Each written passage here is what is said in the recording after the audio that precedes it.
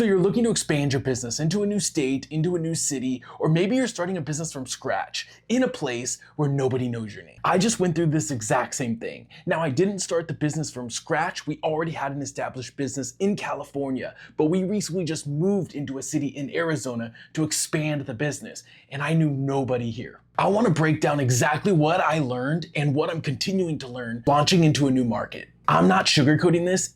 It is not easy, but it's totally worth it. The first thing, research the market before you land. When it comes to, say, in my business in insurance, the first thing I wanted to do was understand the products that are viable in that state or in that city. For example, I noticed for personal insurance in Arizona, there are a few key players when it comes to home and auto insurance. But with the business insurance side, there was a little less and more of a need there. However, even in the personal insurance side, California is way worse right now, so Arizona already is a win. You also want to research and get really clear on the state regulations that you're going into.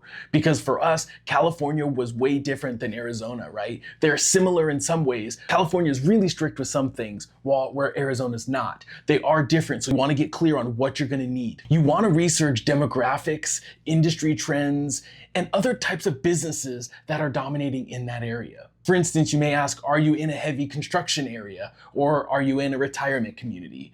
Those differences really do matter. And one pro tip on this that I've been doing recently since I've gotten here in Arizona is talk to the locals and talk to the other businesses and the professionals in town. You'll learn a lot just from the people around where you're going to be, right? Some of it was pre-me moving. I would just message on Instagram or Facebook and just talk to people. Hey, who are you seeing in insurance dominating that area right now? And do I have access to them, right? Those are the things I would do. Or I would talk to business owners. Hey, do you see a lot of competitiveness or, whatever it may be, but talk to people from there so you can get an idea of what's good, what's bad, so you get more of a feel before you just launch. Part two, this is the most important, especially if you're in an industry like mine, sales, insurance, real estate, right?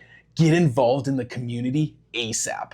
The worst thing you want to do is get to a new place and just hide around in an office or hide in your house where no one's going to know you and you're never going to get found, right? You have to get out into the community and network. Okay, nobody knows you're here. Now that's your biggest problem and your biggest opportunity. Okay, I had to swallow my pride a little bit on this because back at home, I knew like everybody in town and a lot of people knew me. So a lot of referrals were being passed around just from the networking that I had done back in California. But here I had to swallow my pride. I had to go out.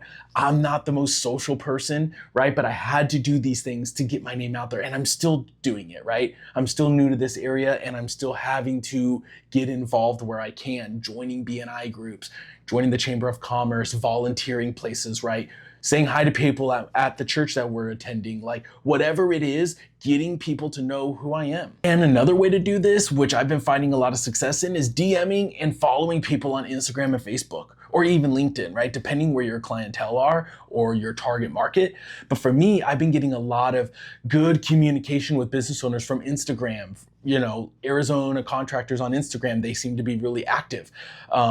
Same with LinkedIn, same with Facebook. So I've just been messaging a lot of people. I joined Facebook groups, right? Arizona business groups. So wherever you're going, find some Facebook groups locally to talking to and be a part of them and provide value. Don't just ask.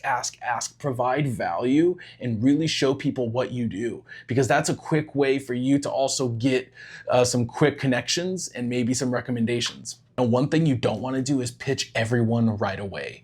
Nobody wants to hang out with people that are constantly being pitched. Since I've been here, I've not pitched our services and our company once.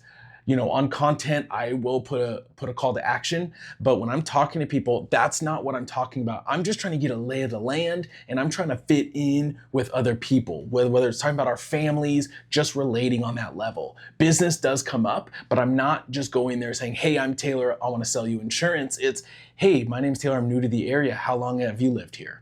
Right? Connect with people. That's going to be the most valuable way. And at the end of the day, eventually it will come up. Part three, you want to set up your operations for scaling, especially if you're going to be expanding into another state. So you have one location in one state and now you're opening your second or third or whatever it is in multiple states. You want to set up your business and your operations for growth, because What I'm learning and I didn't prepare enough of is set the expectations and the systems and processes, because now I'm not in California running that office. I'm running it virtually and remotely. But unless they had the systems and processes in place to know exactly what they need to do, they're relying heavily on me still. So you want to set up your business to where your processes and everything are down pat, right? And that you meet with them regularly on Zoom or remotely or whatever it is that you have to do. But you want to set up your operations to grow, not just all rely on you, because as you grow, you cannot manage all of these states and all of these locations by yourself. A few other things you want to consider when you're expanding. You want to update all your branding, right? You're going to have to update licensing, your addresses, your phone numbers, your email addresses, right? You want to have, so like here in Arizona, I want to have an Arizona phone number and an Arizona envelope with our name, right? So we look like we're a part of the community. We're not just a California office running a branch in Arizona. No, we want a physical office. We want an address, a phone number, etc., to be a part of the community. So that's one thing you're going to want to consider, is just like updating your Google business page or your social media profile. Okay, I could go on for days about this kind of topic, but the last thing I'm going to talk about here is getting comfortable with being uncomfortable. Okay, you're in a whole new state, you're in a whole new area, you're in a whole new city, or you're just starting a business, right? Nobody knows who you are. It's gonna be uncomfortable. You're gonna have to figure out your sales pitches. You're gonna have to talk about people, your elevator pitch, whatever it is. You're gonna have to go to things that are new to you, and it's gonna be uncomfortable. So you have to get used to it and comfortable with being uncomfortable.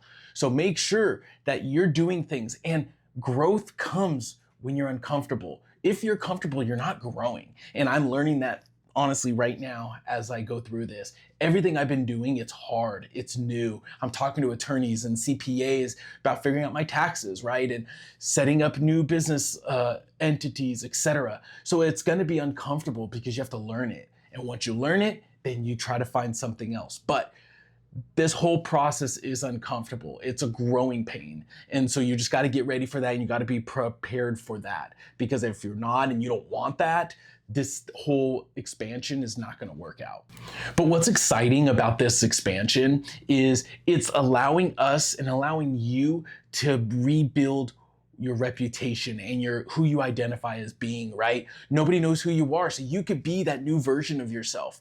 Where back where I grew up in Glendora, everybody knew me from when I was a kid to now. So no matter how professional I am now, or no matter what I'm doing now, they're looking at me, hey, when you were 13, you were a little punk, or whatever it was, right? But here, nobody knows me. So I could be that version of me that I want to be, and that's the only version they're going to know of me. So make sure you're going in, and that's exciting, but make sure you're going in with the reputation that you want, with the services and the products and the image that you want to be known as, because that's going to be really important. And it's exciting because that's where the growth is going to happen, and that's where the change is going to happen more easily than if you were to just try to change in the town that you grew up in. And for long term, make sure you're growing a business that revolves around your values. Make sure you're growing a business that you want to be in and not just chasing what works, right? I think a lot of people chase where the money is, and while money, of course, you want to chase where the opportunities are. But long term, for you to be happy and successful, you still want a business that still